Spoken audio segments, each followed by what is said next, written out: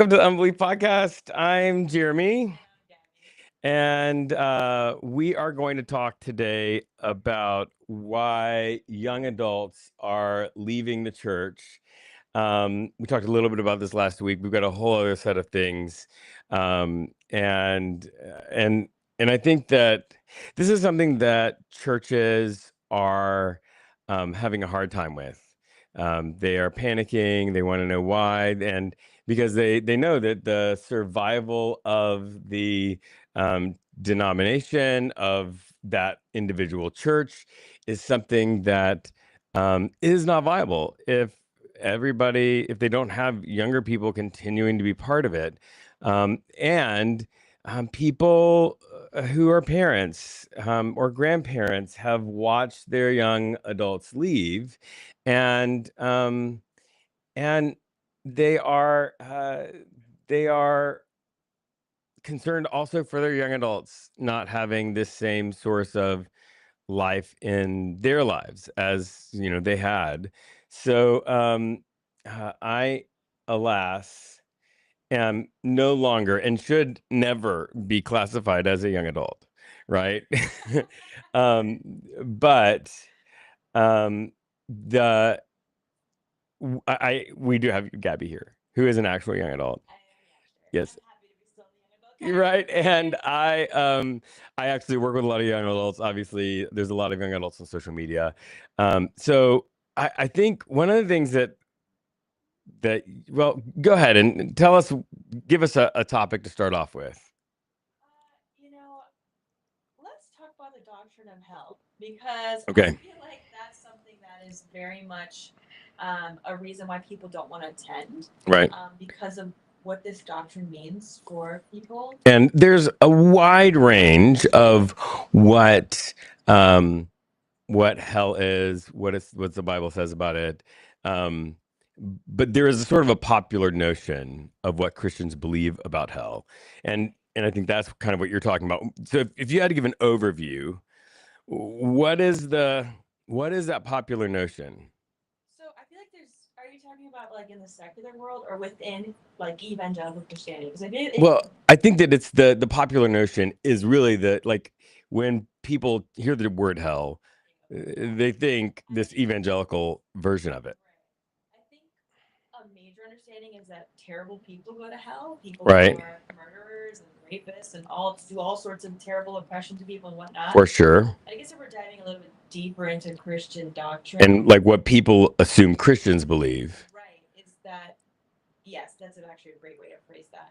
Is that people who do not believe in Jesus are going to hell. So people who do Right. not give their life to Christ, are not saved in Christ's name, are burning in hell forever. Right. So if we actually look at the world, that's actually a majority of the world. If we Right. consider Middle East and Asia and all the people who have follow different religions, that's Yeah. a big chunk. And so how does that play for young adults that causes them to leave the church? I'm looking at this from different angles, and I wanted to share a little bit about my story. Yeah, go ahead. Yeah, and so when I was in undergrad, this was like the time that I was on fire for Christ, as we like to say, a Oh very my super gosh. Christian, reading my Bible and just in extremis, sure. I remember reading about what he would say about hell, and I was like, if hell is real, I need to spend the rest of my life preaching the gospel. Right. I For truly sure. believe that this doctrine was real. I was like, I'm going to become a missionary. Like, I devoted my life, I'm going to be a missionary. I'm going to go to the 1040 window. For those who don't know what that is the unreached and the unengaged parts of the world. So 1040 is like 10 degrees above the equator and 40 degrees below. Uh-huh. And I was going to go to the parts that nobody wanted to go to because I was like, like eternity. We're talking about eternal conscious torment for the rest of eternity.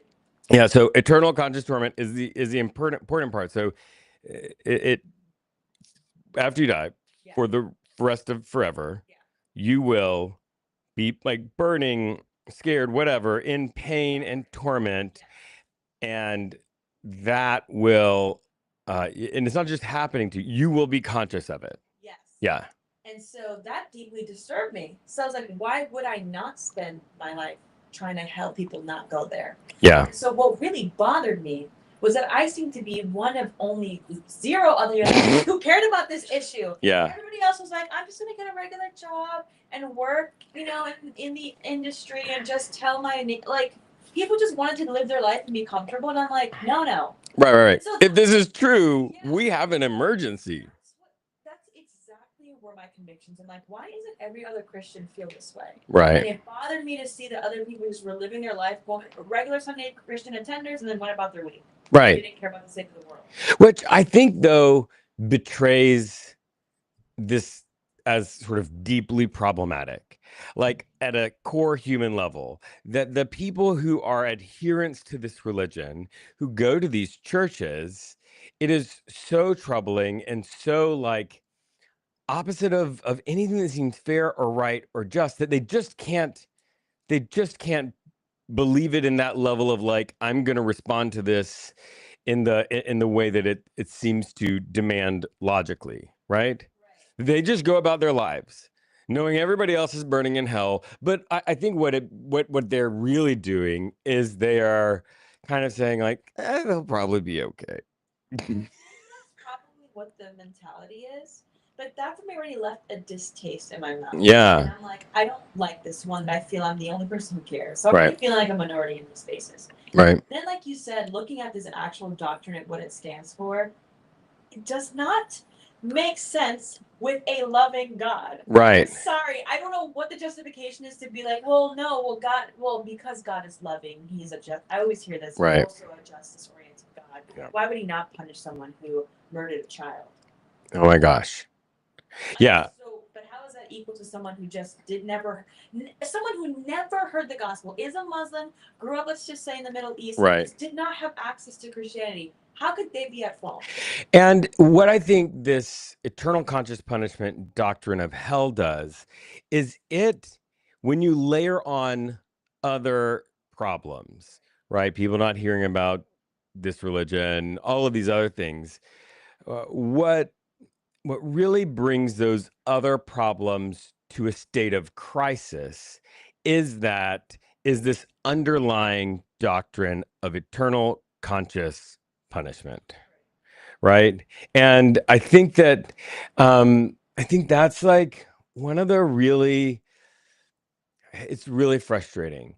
And to me, and we'll finish your story. So you're the only one. Yeah, I will say, another friend who cared equally into doing mission work, but it was just me and him and a group of hundreds of other young adults on campus, Right. in my church.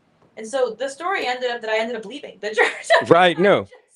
Because I got to the point where it feels like a huge burden to be the only person who really cares about this. And it's not like hell's not talked about. There was turn and burn sermons all the time. Right. And for people who are not familiar with a turn and burn sermon, give us an example, a little outline. Hey, you basically need to believe in Jesus, because if not, you are going to burn in eternity forever. Well, yeah, and I think it starts with some Bible verse, some story, right? And normally, what I think happens is it zeroes in on a sin, and it's not like murder, right? It's like lying, gossiping. We're going to tell some stories about somebody lying. We're going to tell some stories about somebody gossiping. We're going to talk about, and then normally they go back to the Old Testament. They talk about that when people sinned in the Old Testament, that it required some sort of death, some sort of sacrifice, some sort of blood, and so there was like clearly an extreme punishment. And then they pivot from that to telling people about hell and how, you don't have to be a murderer to go to hell, right? You just have to sin. Maybe you're a gossip, right? Maybe you lie a lot, right? Maybe you have sex outside of marriage, right? Right? All of these things, and God doesn't want you to be to go to hell, but God's going to give you the choice. In fact, God's giving you the choice today. Today is the day of salvation, right?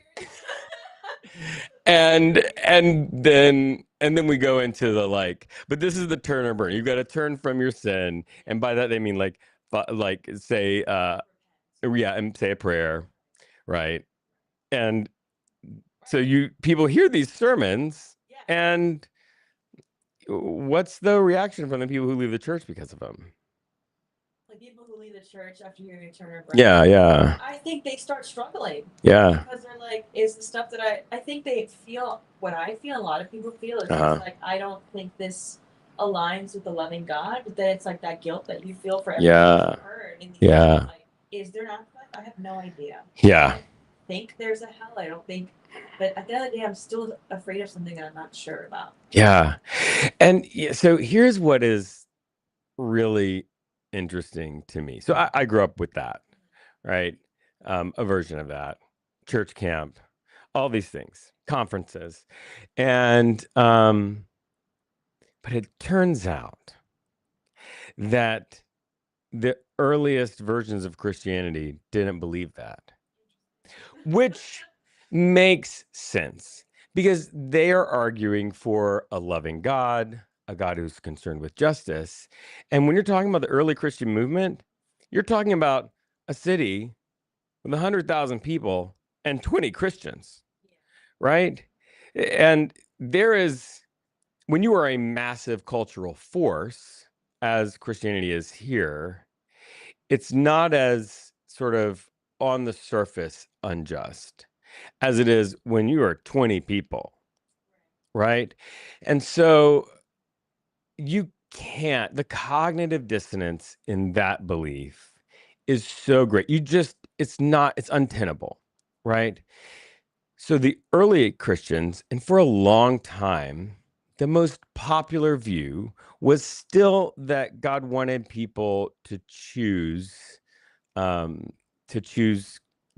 to choose Jesus, but that choice extended into the afterlife.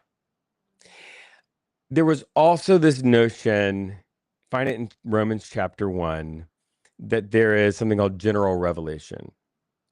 And that means that everybody has experienced God through what God has created.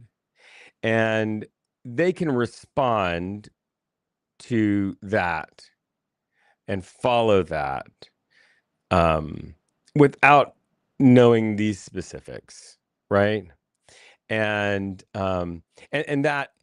theologically, God's creation is also internal because God creates people. And so in each person is the image of God. So we have this echo of God inside of us. And so for the early church, they didn't believe that.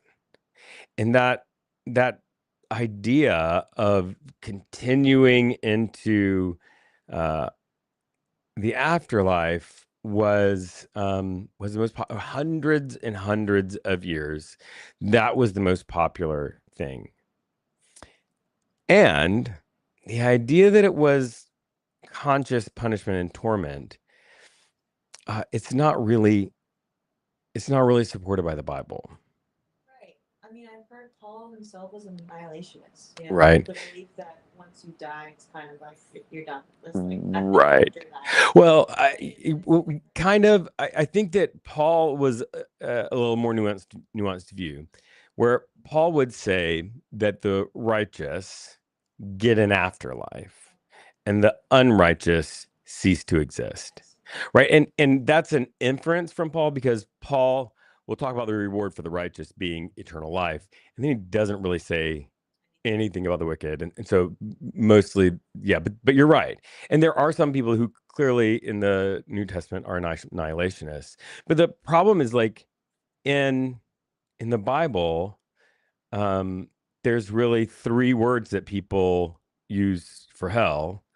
One of them is the Old Testament word Sheol. And Sheol was not a place of torment. It was where every single person went after they died. And that's actually how you have this concept of being able to call back people from the dead, mediums, those kind of people. You know, the Witch of Endor with Saul, like with David, I think, or Solomon. I can't, man. If I was a Baptist, I'd know. Um, Calling a dead king back from the dead, and because they're calling them up from Sheol. Everybody's down there. Sort of a negative to neutral existence. So that's that. That's like the whole Old Testament. Then in the New Testament, you have Gehenna, which is an actual place. Like if you and I ever go to Israel together, which I would love to do, um, it's my favorite for sure. I'm an archaeology nerd. Like anyway, so if we ever go, as we are going out of the old city of Jerusalem, that was like the city during Jesus' time, there's a place that you can point to, and you're like, that's Gehenna. And this is a place where priests, before Jesus' time, were said to have offered child sacrifices. And so it's like the most unholy place imaginable. It's a metaphor that Jesus is using to call into the minds of these people what he's talking about when Gehenna is the word. And in a good translation, like the New Revised Standard Updated Edition, you'll actually get the word Gehenna, or the Hinnom Valley. And then there's Hades. Hades is Greek mythology, right? River Styx, whole deal. And again, everybody knew that story. Everybody knew that idea. And so Jesus, like the rich man and Lazarus story, Jesus says they go down to Hades. They're in Hades. And you know, Hades has like people who are bad, like the guy rolls the rock up the hill, only have it go back down, has to do that for eternity. Well, you have the rich man and Lazarus, both in Hades. Lazarus is having a good time partying it up with Abraham. The rich man is in a pit of thirstiness, right? And no water. And Jesus is using that concept to say something. That's it. But I think, the average evangelical Christian doesn't take the time to like look up what these terms mean because Yeah, unfortunately that's not what's preached at the pulpit. right. And I think with this, and I think in popular culture, people just assume that about Christians, and that's sort of gets people to leave, and gets people to not even try. Yeah, because why would there, there's so much I feel like hypocrisy here because it's like you want me to believe and give my life to an all-loving God, but then also if this is not getting into some theology, fall out of His grace, I'm going to burn in hell forever. Right. It's like, it's like I love you only on the contingency that you love me back. Right. You come up to heaven, but it's not like if any human. It's not unconditional love. We would call him a tyrant. Yes. But because it's God, it's okay. Right. And just at the root level, eternal punishment for mistakes in a finite lifetime. Totally messed up. All right. So people are definitely leaving the church because of that. What's another reason you would give? Today, like this exact day, it's the co-opting of Christianity by a political Christian nationalist movement, and the co-opting of passages to support the conditions that lead to gun violence and all of this stuff. And people like Charlie Kirk, who claimed to be a Christian but said horribly racist things, and all of this, like, and I have empathy for the people who are grieving, right? He has loved ones. They're going to grieve the loss of somebody they loved. I have empathy for them, and I'm really sorry for them. And I'm completely opposed to gun violence and murder. I'm 100%. But death doesn't absolve you of all of it. It doesn't turn you into it doesn't turn you into a saint. And so there's a sense of turning him into a saint, and then a sense of people, and then not just that, there's like people revealing themselves, right? For they believed all of these wild things. Yeah, I mean, I think the Christian nationalist movement has plagued our society. I mean, I don't even know how to describe the horrors it's done. I mean, I think it's so anti gospel to be a Christian nationalist for so many reasons. Because even in my most evangelical times, I always said the call was for Jesus to make disciples. I'm listening to you. I've got to fix your audio. No worries. But the call is for Jesus to make disciples, not to make America Christian. So I don't understand why there is this movement of Christian nationalism. To me, it's really an idolatry of nation over God. You know, right? Like Christians constantly, I feel, equate loyalty to the U.S. with loyalty to God. Therefore, patriotism turns into some sort of quasi religion, and it rebrands political symbols, like to me the flag, the American flag, that is so charged. I mean, I see an American flag now and I like recoil because I know what it stands for, and I don't agree with those things, you know? And Christian nationalism feels very intertwined with white supremacy. So I think there's a lot of issues with people being like, "Hey, we don't support that," but a lot of churches are rooted in that sort of ideology, and people who like have a little bit of common sense are like, I don't stand for this and don't want to stay, you know? Right. And I feel like when I saw, and I second you on everything you said about Charlie Kirk, you know, but I feel like I saw a lot of Christians crashing out. Like, why are Christians lose common sense, and why are they calling him a martyr now? Martyr is so shameful to even use that word. No, yeah, But that's a not what martyr, that is. yeah, to be a martyr, and now this is attack on Christianity, and like this girl was, you know, she's Christian crashing out. I'm like, girl, I crashed out so hard that I left because I just couldn't do it. Right. I just couldn't do it. So I agree with you. There's definitely Well, the tell me your story. Tell me a story of experiencing that. of experiencing Christian nationalism. Yeah, in church stuff, right? This is one of the things that and not maybe even Christian nationalism, because I think Christian nationalism is this sort of extreme point, and but really, it's really the conservative politics being, you know, placed into placed on Christianity, right? Yeah, no, I mean, oh, who hasn't experienced Christian nationalism affecting their day to day? I mean, it's affecting our policies today with these ICE raids. They're all fueled by, you know, our, oh my God, they're all fueled by, I feel like, Christian nationalist views. Like, okay, this country is supposed to be ours, and we're supposed to serve God.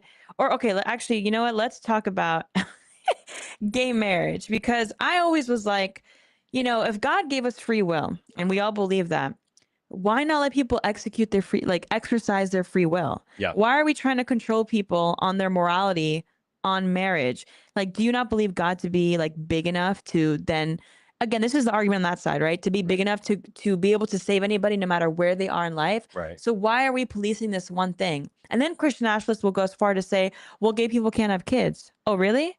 So we're gonna let straight couples raise kids who can be very abusive, Uh-huh. very harmful, but then a gay couple who wants to be loving and actually give them a good home, they can't be a parent because they're Right. gay. Yeah. And that's all I feel like tied with Christian, like nationalist ideology. Well, yeah, and then it's like the taking of that idea and making it into policy, and then, you know, the endorsement of in churches of Yeah. political candidates and political policies that that arise out of this like misuse of Christianity. Yeah. And another thing that it loves to do is, again, like it's so hard because we shouldn't even be intermingling politics with religion, right? Like I believe in a separation of church and state for a Right. reason. But one of the goals Christian nationalism has is to be like, to make, like I said, America Christian. That's the only Right. religion. So you actually don't believe in religious freedom. And by you doing that, you are, yeah, privileging this religion over others and then telling people that they can't practice their own beliefs. Yeah. And I and I want to say, like, this isn't just this happening in a church, Right. right? In a worship service. No. I think what is driving a lot of people away is Christians themselves, Yes. especially what they are saying on social media, because your um your your young adult child or grandchild or niece or nephew uh is seeing what you're posting online and saying, I can't believe I can't believe they think this. I can't believe that this is what Christianity is. And then they go back and they're like, well, this matches all the stuff that I grew up with. Oh my God, yes. And I feel like that's something that outraged me when, I saw, like, again, with what Jeremy said, what happened with Charlie Kirk was absolutely awful. No one should die at the hands of gun violence. We Right. shouldn't even have guns to begin with. But I was Agreed. really shocked at the amount of Christians who, are silent usually on social media and decided to start posting about Charlie Kirk was a hero and this is the worst thing ever, but then remain silent on the Democratic senator that died last month, Right. Melissa Hortman, right? Where are your And tell us that story. That story deserves to be told. Melissa Hortman was a Democratic politician who was literally gunned down in her home. Her husband, and her dog were shot, killed. But yet there was no flag raised half-mast for her. No. There's no flag raised half-mast for the children who consistently die in school shootings. Right. But there is a flag raised for Charlie Kirk, someone who was hateful, racist, xenophobic, homophobic, all these things.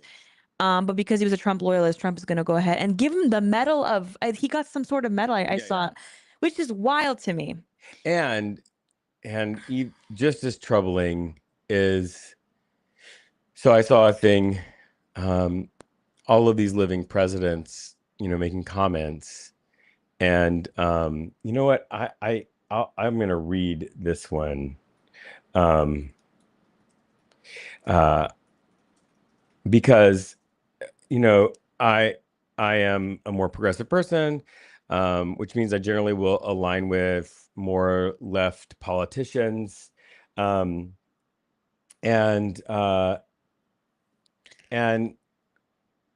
so, but I want to say, our living Republican former president George Bush says, today a young man was murdered in cold blood while expressing his political views. It happened on a college campus where the open exchange of opposing ideas should be sacrosanct. Violence and vitriol must be purged from the public squares. Members of other political parties are not our enemies. They are our fellow citizens. Okay, so you contrast that with our current president making a video blaming the people of the other political party, not just for him, but like it just, in marriage therapy, it's called kitchen sinking. Yeah. Like, we're gonna throw everything into there, and that's, it's just wrong. 100%. And then when your hyper Christian evangelical aunt reposts the video of our current president and says, yes, or I stand with our current president, like, and their young adult family members, friends see that, I mean, they're done. Yeah. They're really done. Yeah. No, it's truly is baffling. And one thing that I just can't get over it is just a repeat of like people just being like, we love Charlie Kirk, but it's like, did we all hear the same stuff that he used to say? Right. All right. So we've got young adults are leaving the church because of the doctrine of hell, the evangelical perspective on that. Young adults are leaving the church because of Christian nationalism and the conservative politics appropriating the Christian religion. And the hypocrisy. And the sort of hypocrisy of that. Yes. What's another one? Oh, maybe how the church is so anti-science. Like, and I always correct you. Not the church, right? Not Christianity. I know. Conservatives. Evangelicals, fundamentalists. Okay, You yeah. know, I should say my fundamentalists. stream of Christianity does not believe this, but this is important because this is a perception. It is.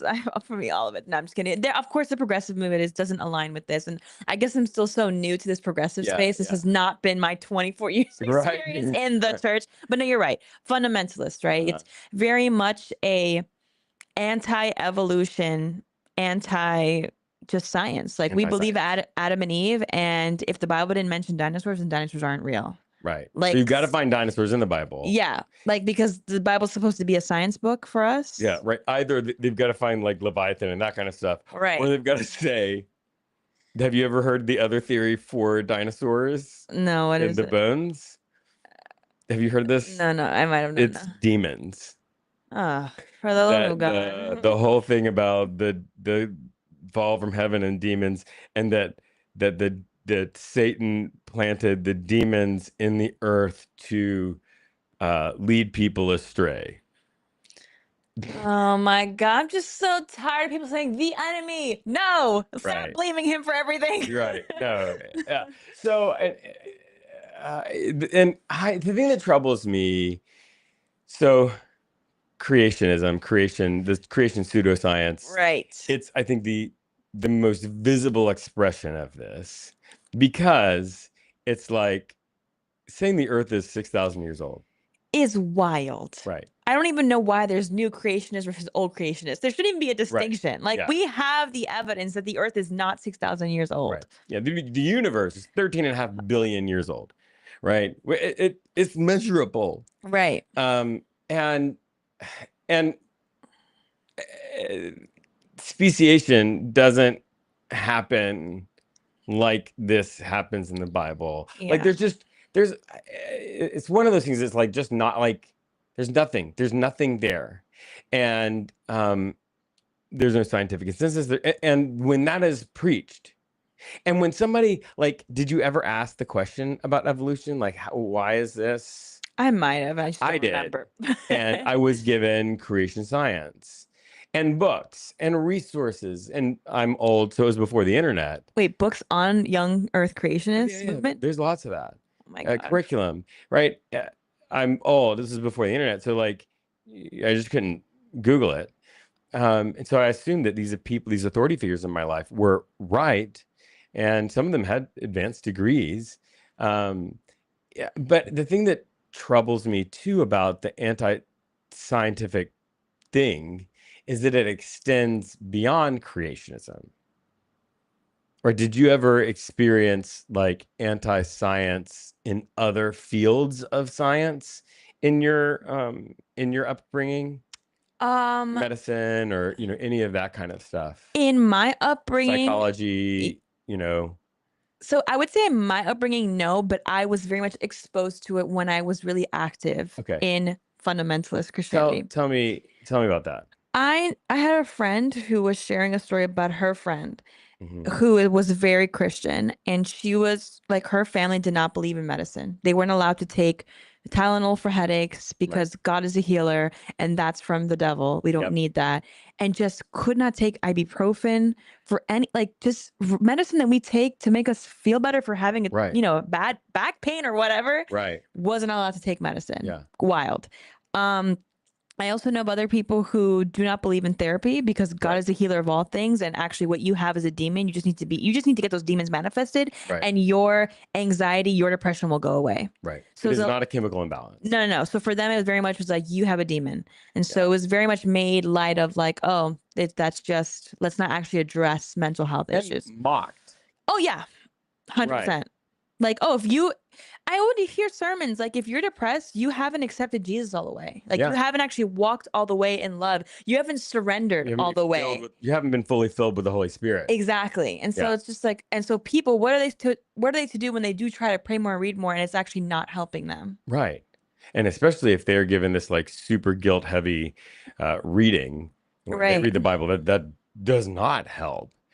And I saw it like what you're talking about in medicine, in vaccines, right? Because once you once you lose trust in the qualifications of scientist, Right. right, then it's all up for grabs. It's actually it can turn into this lack of respect for any academic authority, right? Right. That's how you can reject biblical scholars. It's how you can reject people who are talking about vaccines and psychology and all of that kind of stuff. And I think, at least my experience, is a root of it is in this creation science. Yeah, 100%. I mean, I don't see why we can't incorporate what we know into our, like, why can't we just acknowledge evolution's real and Right. move along? Like, Yeah. why does it have to be in opposition to one another? Yeah.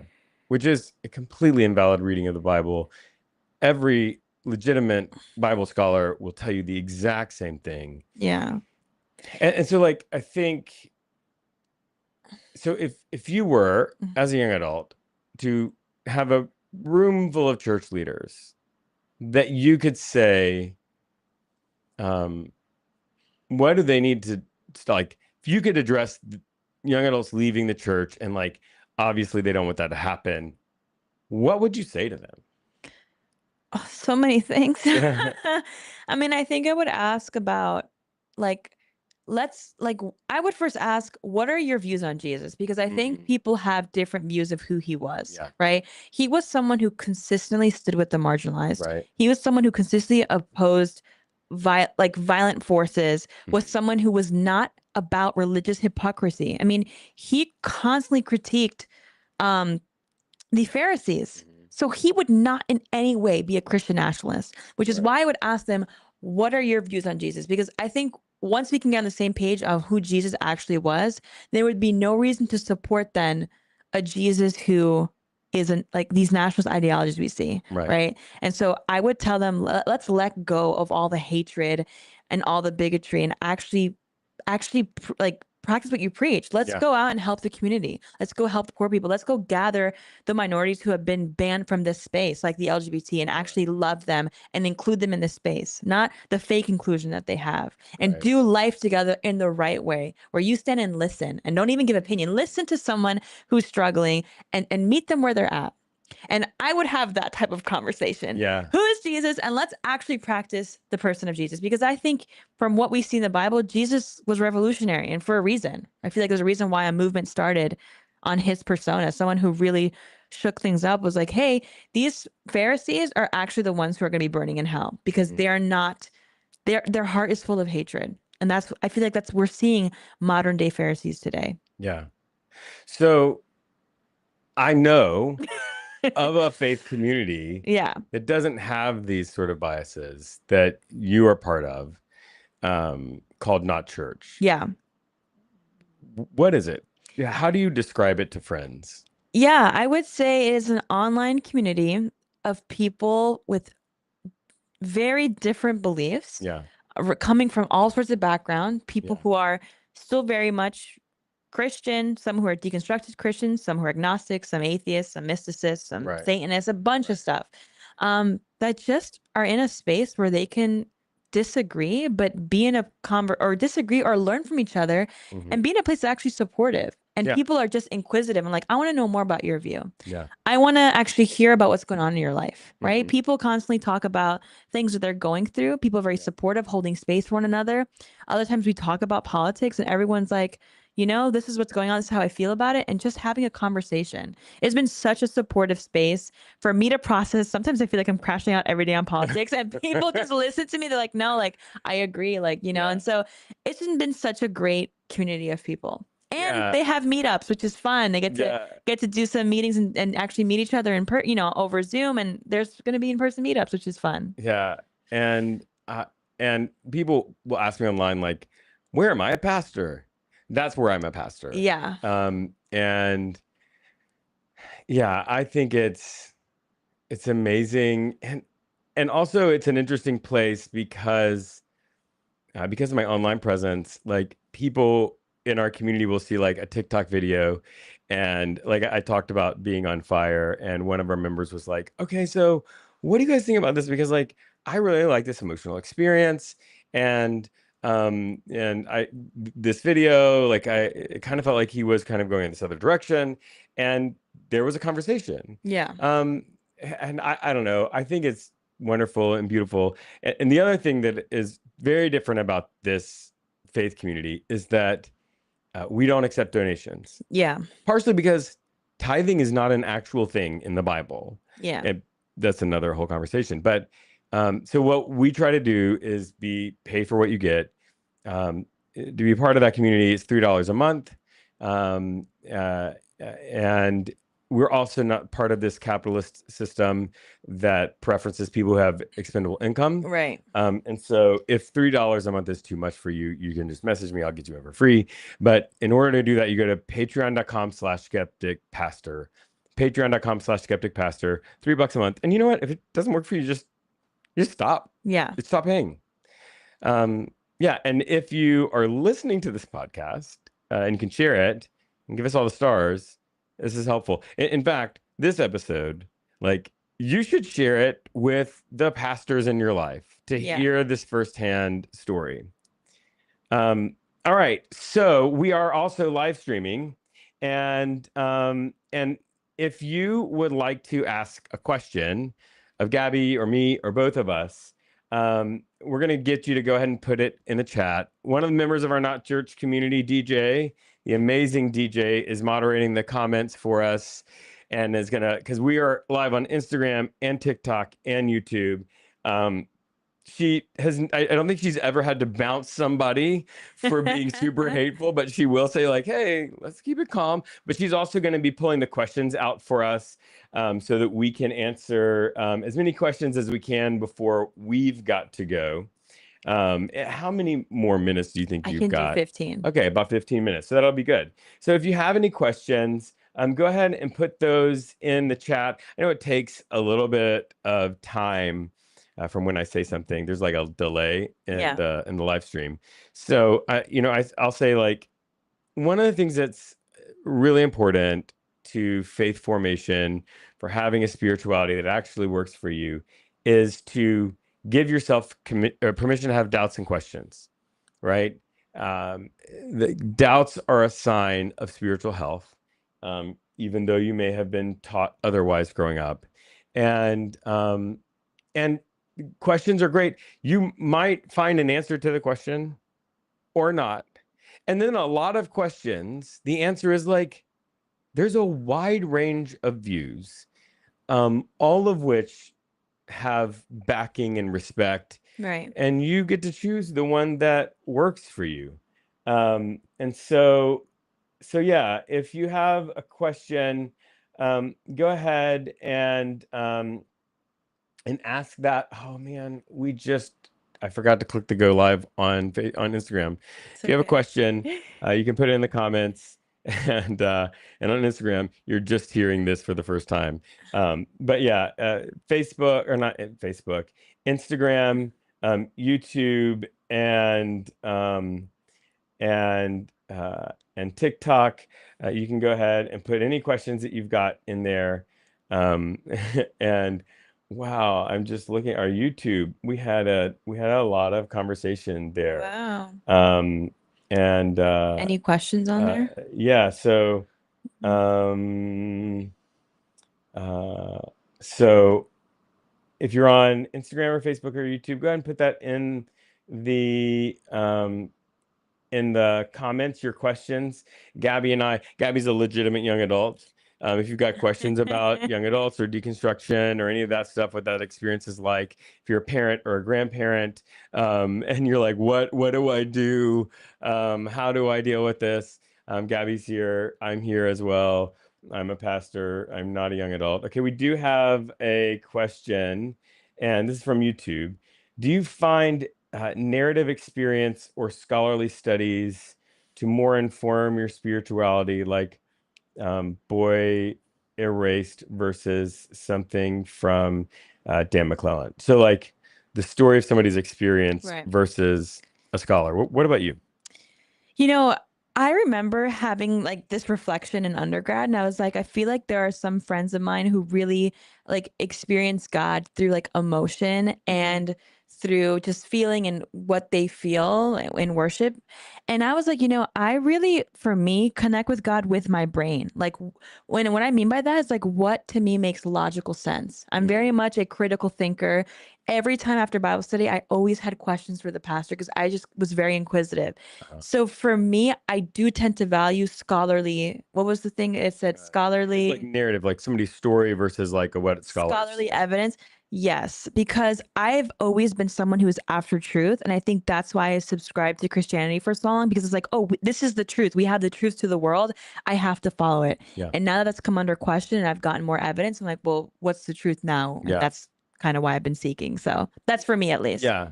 Yeah. And I think for me, the narrative piece is really helpful for me in processing my own story. Yeah. And in empathizing with other people. But when it comes to like choosing my beliefs and how I'm going to live in the world, it's often scholars like McClellan. Okay, another question from TikTok. If you're on Instagram, sorry, we just launched the Instagram live.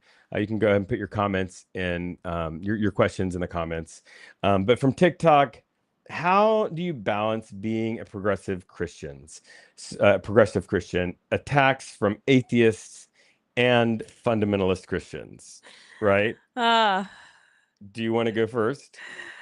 So like from both sides. So yeah, Right. it's kind of hard for me. Mhm. I don't know about Jeremy. I feel like you have more of a space to be a progressive Christian, and that isn't necessarily my case because I'm Mhm. still around a lot of fundamentalist Christians, but I'm also in an academic setting where I'm around people who are like the atheist, critical thinkers. Mhm. And so it's kind of being like sometimes a rock and a hard place, truthfully. Yeah. But I find that because I'm kind of in this Christian agnostic camp, that I Yeah. can get the best of both worlds in a sense, where I can be like, you know what? I can hear someone critique Christianity or fundamentalist Christianity, I should say. And I'd be like, you know what? Yes, I agree with you. I agree with your critiques. I agree with the things that don't make sense. We should be asking these questions. But I also understand the Christians with their empathy of, you know what? We need to love others. We need to love our neighbors. We need to care for the oppressed and the marginalized. I also subscribe to that. Yeah. So I feel like I can kind of dabble in both worlds, you Right. know? Right. And so that's kind of how I try to balance the two. Yeah. Is that similar for you? Or do you find it a bit different? So my, excuse me, my life is weird, and that I get Yeah. thousands of comments a week from all angles, and I will have atheists say to me, you're a deep skeptic, but you still believe in this made up blood cult, or God doesn't exist. Why would you as a skeptic still believe in that? And then on the other side, fundamentalist Christians telling me I'm gonna go to hell, I'm a false prophet, whatever. The way I personally deal with that is on one hand, I am a deep skeptic. I say that every single video. I'm not sure if God exists, right? I'm never sure. There are some days that I like lean more on the like God doesn't exist, or I lean more on the God does exist side of things. And so it means I have like an empathy with atheists at a sort of a belief level. And when they make critiques, sometimes I just say fair.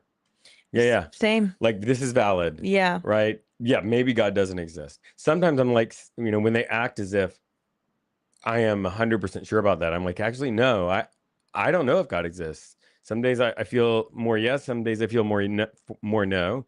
And on the atheist side of things, I say like, I just look for evidence. I look for data, and I look for data that is in the appropriate field. So if I'm looking for geological data, I go to geologists. If I'm looking for psychological data, I go to a psychologist. Right. If I'm looking for spiritual data, I go to people who are authorities in that realm. And then I also deal with my own experience as a source of authority. And so that's like on the atheist side. On the fundamentalist side, I my goal is not to start an argument, but to have a conversation, and uh, and it means that you have to use these kind of skills, that you have to be empathetic, you have to validate their experience of God, right? Like if they experience it through raising their hands in worship, great, that's valid. If somebody else experiences it walking in the woods, not in church, also valid. Um, and then like trying to stay um, in a posture of learning and understanding. So a lot of times people will not listen to understand, they'll listen to respond. Right. And which means that you generally don't understand. Like people are very different. And so there's this practice of, it's called reflective listening, where when somebody says something, um, instead of listening to respond, you listen to understand. So that means that after they're done, you say like, here's what I hear you saying. And you don't just like parrot it back. You say like, I don't know, it sounds like you're really afraid of, whatever. And so sort of using those skills. Um, but ultimately, I feel like as a progressive Christian, practicing Christian who is progressive, practitioner of Christianity who's progressive, my ultimate fuel is trying to make the world a better place. I love that. Okay, we've got another YouTube Tetra Flash user says, thanks for answering for a fun one. If you don't get any more, what do you think is going to be the most interesting topic to come up for religion if aliens stop by the Earth? Ooh. Oh, I need to think. I know what the Theo bros are going to talk about. They're going to talk about like whether Jesus being the flesh as a human is the same as if the atonement and blood of Jesus covers people who don't have blood, right? I could care less about that. I think that the big thing for religion will probably be, do they have a faith? How do they interact? Is there something chemically, biologically in humans that like predisposes us to this idea, or is it even more universal? Those are such good questions. I'm like, wait, I'm a nerd. I love it. I'm a deep nerd. I love sci-fi. I've been wondering about this since I was a little kid. So I'm gonna let you just answer that one because that was nothing better than I could come up with. Those are great. Okay, so Dej says, how do you sort out that dissonance of what is spiritual versus what you are physically experiencing?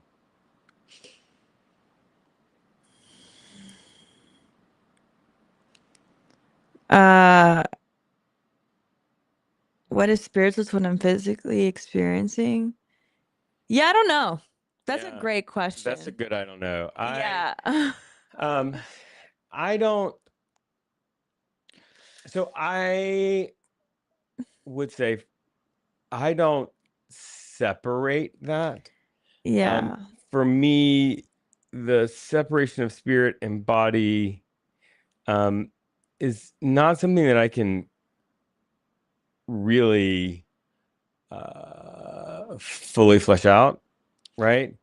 And I think that is this sort of that we have this we've inherited this like Greek dualism, Yeah. and so for me, I don't really separate them. I think, yeah, that's why I said I don't know, because I mean, I personally believe we have a soul and a spirit. I know some people don't believe that. And so for me, they're connected, like they're one and the same. Like my spirit is what my body is experiencing on the day to day, Yeah. I think, yeah, I know, like I know people who, like I said, like my partner doesn't believe we have a soul, which doesn't bother me, doesn't. For me, it's like, oh, I feel like my emotive state and whatnot is my like the deep spirit, my persona, you know, and so they're working together in the Right. day to day. So I'm also not a materialist, right? yeah, I don't think that all there is what can be measured by our scientific tools. I agree with that And 100%. right. Mhm. And so like I believe in I don't understand any of it. I believe in energy, right? All of Mhm. that stuff because like our bodies produce electricity, like energy that actually leaves our bodies that Yeah. we measure, like you measure somebody's heart by sensors on the outside, like all kinds of things like that. I don't understand it, but while I don't separate it, I'm also don't um don't limit it to what is the body. So I'm not a materialist. Yeah, and I love that because I was gonna say I've been calling it like a spiritual world, but that's actually more of what I subscribe to. Like there are things that we can't tangibly measure or explain that I feel is beyond our understanding in the sense of like not materialistic things that we can tangibly grasp. Right. Like something beyond more of what like energies and the I don't know how to describe it, but you put it really into words. I'm like, that's exactly actually what I subscribe to. Yeah. So And I think that uniting that as a single experience means that if it solves what's called the God of the gaps problem, which is when there's a gap in our understanding that we fill with God, and then our understanding increases and fills that gap, then God is challenged. But for me, if we don't separate spirit and physicality and material, if we continue to discover things about the material world, it's not separate or challenging to the spiritual world. It is investigating the same reality. yeah, I love that. All right. So, okay. Do you have I have time for time. one more I question? do. One more question. This is the last question. This is YouTube. Is there anything outside of your form of Christianity that you find would be helpful to Christianity as a whole? Like liberation theology and Pan-Africanism comes to mind for me. Anything outside of your form of Christianity that you would find helpful to Christianity as a whole? So anything outside of like the Christianity I grew up with or the Christianity I subscribe to I would today? say subscribe to today. Um, okay, I'm not sure if I'm understanding the question, but the first thing I thought about was like I've learned about open and relational theology, Yeah, which I feel would be such a great conversation to have in fundamentalist spaces. right. And the reason why I say this is because when I was deconstructing, I still am, but there was a couple months ago, I was really thinking about the ideology or the theology that God is all loving, all knowing, and all powerful. Mhm. And I remember actually asking this question in the Not Church Discord Yes. because I was like, this feels like a contradiction. And I was thinking about the terms of the Holocaust, right? Yeah, That yeah. like, and you responded on something that really helped me. And like, you were like, you know, you're like, if you follow the logic through, Mhm. they do contradict. Yeah. And it was so important for me for a pastor to acknowledge that because I feel like I have been invalidated so many times where I'm like, hey, this doesn't make sense. Right. Right. And so for someone to be like, actually, yeah, you have a point. 100% does. Right. And so if we actually maybe let go of the three and actually think about maybe God actually is learning as we go, that just allows for so much more like people to be like, okay, God is like us, you know, and not so distinct as someone who can't be touched. Or like actually it would make more sense to me that God is learning as we go and maybe not hold him or we'll be so angry at a God if we actually understand him a bit better. Maybe he's not what maybe he's not the Christian God described in the Bible. If there is a deity, he's not like that. So, anyways, I think open and relational theology would just be great for conversation in fundamentalist spaces. It would really help people with the problem of suffering. So, Yeah. So Tetraflash, I would say I come from I should say I'm practitioner of, ordained in a stream of Christianity that is rooted in the teachings of a guy named John Wesley.